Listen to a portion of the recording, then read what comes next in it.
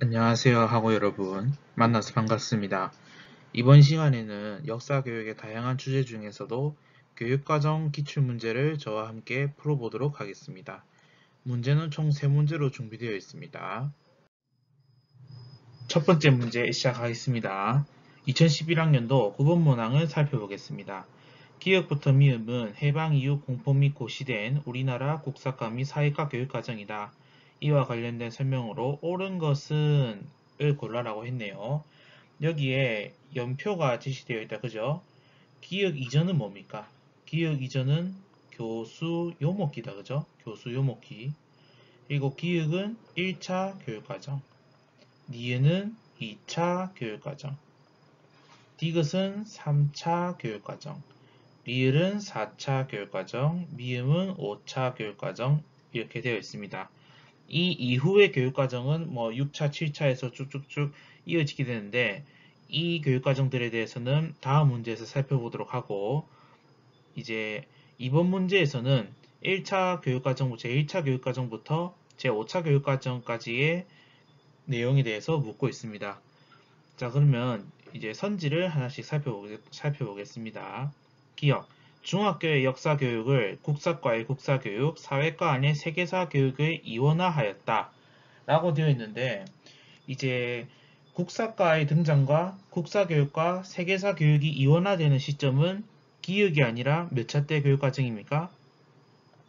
3차 때 교육과정이죠. 그러니까 기역이 아니라 디귿이 되겠다. 그죠? 2번. 그래서 기억은 1번 틀렸고 2번 니은 중학교 1학년에서 우리나라 역사를 배우고 2, 3학년에서 세계의 역사를 배우도록 하였다. 자, 이 내용 중학교 1학년에서 우리나라 역사 2, 3학년에서 세계의 역사 이것은 1차 교육과정 때입니다. 제 1차 교육과정 때예요. 그래서 틀렸죠. 그러면은 니은 시기에는 어떻게 이루어졌냐면 중학교 1학년에서 4회 1 지리 중심이었고 중학교 2학년에서 4회 2 그리고 중학교 3학년 4회 3 이렇게 이루어져 있었습니다. 그래서 2번도 틀렸고요. 그 다음에 3번 디귿 중학교에서 독립교과였던 국사과가 사회과로 통합되었다. 자, 제3차 교육과정의 주요 특징이라 할 수 있는 국사과의 독립이 있었죠. 따라서 이제 국사과가 사회과로 통합된 게 아니라 국사과가 사회과로부터 독립되었다라고 하는 것이 맞습니다. 4번 리을 일반계 고등학교에서 세계사를 공통 필수 과목으로 하였다. 네, 맞습니다. 제4차 교육과정에서 이제 일반계 고등학교에서 세계사가 필수 과목화 되었습니다. 그래서 정답은 4번이고요. 5번도 보겠습니다. 미음 사회과는 3학년부터 10학년까지 심화 보충형 수준별 교육과정을 실시하도록 하였다. 자, 수준별 교육과정을 실시한 것은 언제 때였습니까? 5차 교육과정이 아니라 7차 교육과정입니다. 7차 교육과정. 그래서 5번도 틀렸죠. 네, 11학년도 9번 문항을 한 번 더 살펴보면은 기읍부터 미음까지 이렇게 각 어떤 교육과정을 나타냈는지 나와 있었죠. 연표 한 번 더 보시고 그리고 이제 1번 선지에서 국사과의 등장과 국사교육과 세계사 교육에 이원하는 제3차 교육과정에서 실시됐다는 거 꼭 기억하십시오. 그리고 니은 중학교 1학년, 중학교 2, 3학년은 뭐다?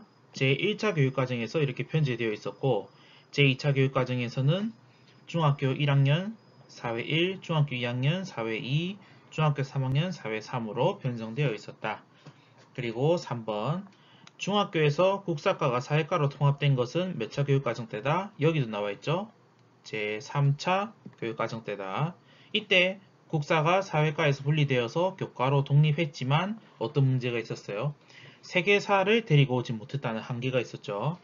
그리고 4번 제4차 교육과정에서 세계사가 필수 과목화 됐다는 것도 기억하시고 그리고 5번에서는 그 수준별 교육과정, 심화 보충형 수준별 교육과정을 실시했다라고 되어 있는데 이거는 5차 교육과정이 아니라 제7차 교육과정에서 수준별 교육과정을 강조하면서 실시했다는 것을 기억하십시오. 제5차 교육과정 때 기억할 만한 거 뭐가 있습니까? 환경학대법이 반영되었다는 것도 이때 그 5차 교육과정의 큰 특징 중에 하나였죠. 환경학대법. 네. 이어서 교육과정 기출 두 번째 문제를 살펴보겠습니다. 두 번째 문제는 2013학년도 11번 문항을 제가 골라와 봤는데 같이 보겠습니다. 2009 개정 교육과정에 따른 사회과 교육과정의 내용으로 옳은 것만 보기에서 있는 대로 고른 것은 이렇게 되어 있다. 그죠? 자, 하나씩 살펴보겠습니다. 중학교 역사 과목은 내용 체계에서 한국사 영역과 세계사 영역으로 구분 없이 단원별로 통합하여 구성함으로써 우리나라와 세계 역사를 상호 관련시켜 종합적 체계적으로 파악하도록 한다라고 되어 있습니다. 2009 개정 교육과정에서는 우리나라와 세계의 역사를 상호 관련시켜서 종합적으로 그리고 체계적으로 파악하려는 것은 맞습니다. 하지만 한국사 영역과 세계사 영역의 구분 없이 단원별로 통합해 구성하지는 않았어요. 이따가 제가 그 내용 체계표를 보여드릴 텐데 거기서도 보시면은 한국사 영역과 세계사 영역이 구분이 지어져 있다는 것을 알 수 있습니다. 그리고 니은. 자, 그래서 기억은 뭐다? 틀렸다. 자, 그리고 니은. 고등학교 한국사 과목은 정치사와 문화사 중심으로 내용을 구성함으로써 역사학습에 대한 흥미를 유발하고 창의적 사고를 함양하도록 한다. 자, 고등학교 한국사가 아니라 이 니은 같은 경우에는 중학교 역사에 관한 설명입니다. 중학교 역사에서 이제 정치사와 문화사를 중심으로 내용을 구성해서 학생들의 흥미를 이끌어내고자 했었죠. 자, 그리고 디귿. 고등학교 동아시아사 과목은 동아시아 사회의 형성과 전개 과정을 크게 몇 개의 시기로 나누고 각 시기별로 몇 개의 주제를 두어 지역 전체를 비교, 조망하도록 구성한다. 네, 맞습니다. 나중에 제가 2009 교육과정 원본을 보여드릴 텐데 그때 한번 같이 또 한 번 더 확인해 보도록 하겠습니다. 자, 그리고 리을. 고등학교 세계사 과목의 조직 원리 중 하나는 인류 역사가 궁극적으로 하나의 세계로 통합되어 가는 역사라는 관점에서 지역 세계사의 상호관계를 조망하는 것이다. 네, 맞습니다. 자, 그러면은 틀린 거는 왜 틀렸는지 대충 감은 오는데 맞는 거는 왜 맞는지 확실한 근거가 없다. 그죠? 그래서 이제 저와 함께 교육과정을 같이 살펴보면서 왜 디귿 리을이 맞는지 한번 살펴보도록 하겠습니다.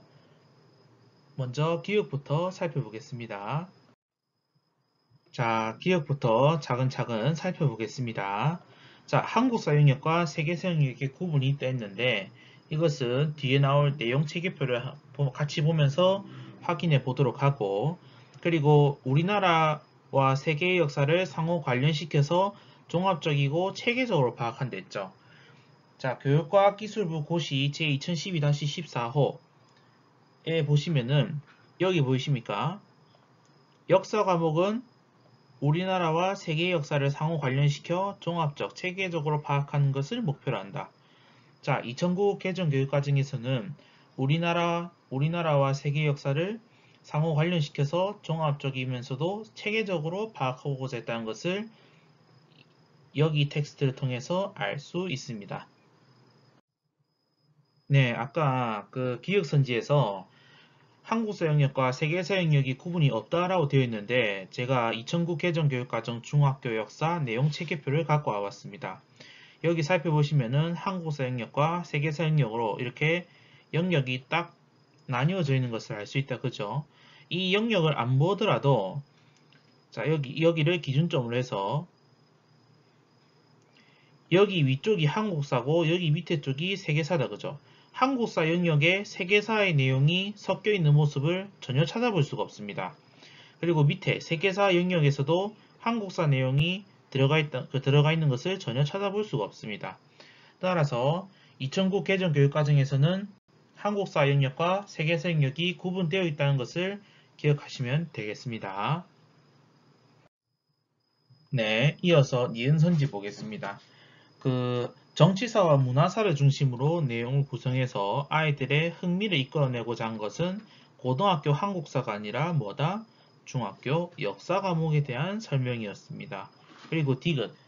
고등학교 동아시아사 과목은 동아시아 사회 형성과 전개 과정을 크게 몇 개의 시기로 나누고 각 시기별로 몇 개의 주제를 두어 지역 전체를 비교 및 조망하도록 구성한다 라고 선지에 나와 있었는데 교육과학기술부 고시 제2012-14호 113쪽을 보시면은 이렇게 여기에 나와 있습니다. 동아시아 사회 형성과 전개 과정을 몇 개의 시기로 나누고 또 그 나눈 시기별로도 몇 개의 주제를 두어서 지역 전체를 비교 및 조망할 수 있도록 구성한다라고 기술되어 있습니다. 2009 동아시아사 교육과정에서는 이러한 특징이 있다는 것. 어떠한 특징? 동아시아 사회 형성과 전개 과정을 몇 개의 시기로 나누었다는 특징, 그리고 그 시기별로도 몇 개의 주제를 두어서 지역 전체를 비교 및 조망하고자 했다는 점을 여러분들이 기억하시면 되겠습니다. 마지막으로 리을선지 살펴보도록 하겠습니다. 고등학교 세계사 과목의 조직 원리 중 하나는 인류 역사가 궁극적으로 하나의 세계로 통합되어가는 역사라는 관점에서 지역 세계 사이에 상호관계를 조망하는 것이다 라고 나와 있었는데 여기 보시면은 그대로 나와 있죠. 또 교육과학기술고시 제2012-14호 122쪽에 보시면은 여기에 이렇게 나와 있습니다. 다른 하나는 인류 역사가 궁극적으로 하나의 세계로 통합되어서 이제 지역 세계 사이의 상호관계를 조망하는 것이다 라고 나와 있습니다. 고등학교 세계사 과목의 특징 2009 고등학교 세계사 과목의 특징으로 하나는 지역 세계 사이의 상호관계를 조망하는 것이었다 라는 특징도 기억하시면 좋을 것 같습니다. 따라서 정답은 3번이었습니다. 네, 마지막으로 2019학년도 24번 문항을 살펴보도록 하겠습니다. 가하나를 참고하여 땡땡중학교 교육과정에 대한 내용을 작성 방법에 따라 서술하시오. 자, 땡땡중학교 교육과정 설명의 내용 1학년 교육과정의 가장 큰 특징은 각 교과의 특색은 살리면서 공동체 역량을 구심점으로 한다는 점입니다. 2015 개정 교육과정이 아직 적용되지 않은 역사 수업에서도 이 교육과정이 요구하는 오늘날 우리의 관점에서 필요한 역사의식의 함량과 타인을 이해하고 배려하는 태도를 강조하고 있습니다. 또한 나누어 드린 자료와 같이 자유학기제 주제 선택 프로그램을 운영하고 있습니다. 자, 여기서 기억에 해당하는 역사교과 역량을 쓰라고 했죠. 기억에 해당하는 역사교과 역량.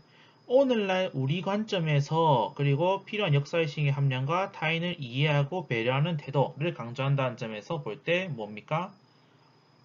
정체성과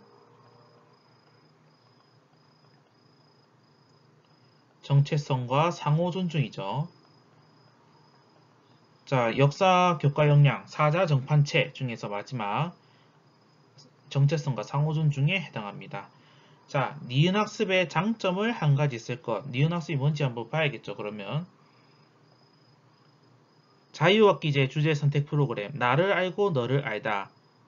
다른 지역에 위치한 땡땡중학교와 연계한 프로젝트임 땡땡중학교 학생과 함께 선정한 주제를 중심으로 향토사라고 되어 있습니다. 자, 향토사를 학습하면 어떠한 장점이 있었습니까? 향토사를 학습하게 되면은 아무래도 내 주변, 내가 살고 있는 고장에 대해서 배우다 보니까 이제 타자의 관점이 아니라 자신의 관점, 나만의 관점에서 역사를 이해할 수 있다는 점 하나. 그리고 또 뭡니까? 역사가 뜬구름 잡는 얘기처럼 안 들리는 거죠. 왜냐하면은 내가 살고 있는 고장에서 일어난 역사를 중심으로 배우다 보니까 나와 이제 관련이 있다라고 생각을 하게 되면서 역사 전개 과정에 능동적으로 참여할 수 있다는 장점이 있습니다. 자, 그리고 마지막 문제, 니은 학습에 디귿 활동을 추가함으로써 얻을 수 있는 역사학습 효과를 한 가지 쓸 것. 자, 디귿 활동 문제 볼게요.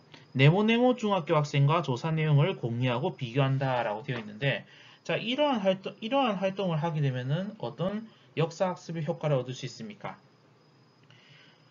자, 우리가 향토사 학습을 하게 되면은 내 고장에 대해 배우기 때문에 애향심을 가질 수 있지만 어떠한 단점이 있어요. 지나치게 미화할 수 있고 또 객관적으로 보지 못한다라는 한계점이 있습니다. 하지만 그러한 한계점을 다른 학교 학생과 공유하고 또 비교하면서 다른 지역과의 관련성을 이해함으로써 다른 시각에서 비교 및 검토하여 객관적으로 역사를 인식할 수 있습니다. 따라서 이러한 활동을 통해서 향토사 학습의 문제점을 또 극복해 나갈 수 있는 것이지요. 네, 2019학년도 24번 문항을 한 번 더 살펴보면은 기억은 뭐다? 사자정판체 중에서 마지막 정체성과 상호 존중에 대한 설명이었다. 자, 그리고 니은학습의 장점, 니은학습, 향토사학습의 장점, 자신의 관점에서 역사를 이해할 수 있다. 그리고 역사 전개 과정에 능동적으로 참여할 수 있다. 또 이제 다른 지역 학생과 이게 다른 학생과 비교하고 공유하면은 어떠한 효과를 얻을 수 있다? 다른 시각에서 비교 및 검토하여 객관적으로 역사를 인식할 수 있다라는 역사학습 효과가 있었다. 그죠? 자, 이렇게 마치기 전에 역사 교과 역량 매우 중요하죠. 저 같은 경우에는 사자정판체라고 외우는데 사자정판체 이렇게 외우는데 한번 살펴보고 끝내도록 하겠습니다. 자, 역사 사실 이해, 과거의 사건, 인물, 구조, 변화 등에 대한 지식을 습득하고 중요한 역사 용어나 개념을 이해하는 능력이 되겠습니다. 자, 그리고 두 번째, 역사 자료 분석과 해석. 역사 자료를 읽고 이를 비판적으로 검토하여 역사 지식을 구성하는 능력이 되겠습니다. 자, 그리고 세 번째, 역사 정보 활용 및 의사소통은 다양한 매체로부터 얻은 역사 정보를 분석, 토론, 종합, 평가하는 능력이 되겠습니다. 그리고 네 번째, 역사적 판단력과 문제 해결 능력은 과거 사례에 비추어, 안 보이네요. 과거 사례에 비추어 오늘날의 문제를 해결하는 능력이 되겠습니다. 자, 그리고 마지막, 이번 2019학년도에서 기출되었던 정체성과 상호 존중 같은 경우에는 우리 역사와 세계 역사에 대한 이해를 바탕으로 우리의 관점에서 오늘날에 요구되는 역사의식을 함량하고 타인을 이해하고 존중하는 태도를 갖는 능력. 아까 문제에서 어땠어요? 문제에서 이제 오늘날 우리 관점에서 필요한 역사의식의 함량과 타인을 이해하고 배려하는 태도. 자, 우리의 관점에서 오늘날 요구되는 역사의식, 그리고 타인을 이해하고 존중하는 태도. 여기 나와 있다. 그죠? 그래서 기획에 해당하는 역사교과 역량은 정체성과 상호 존중이었습니다. 네, 지금까지 저와 함께 역사교육 교육과정 기출문제 3문제를 함께 풀고 해석해 보았습니다. 그나마 역사교육론 중에서 교육과정이 제일 쉬운 것 같아요. 외우면 그냥 바로 풀 수가 있으니까. 제가 오늘 해설해드린 3문제가 여러분들에게도 많은 도움이 되었길 바라며 이만 마치도록 하겠습니다. 수고하셨습니다.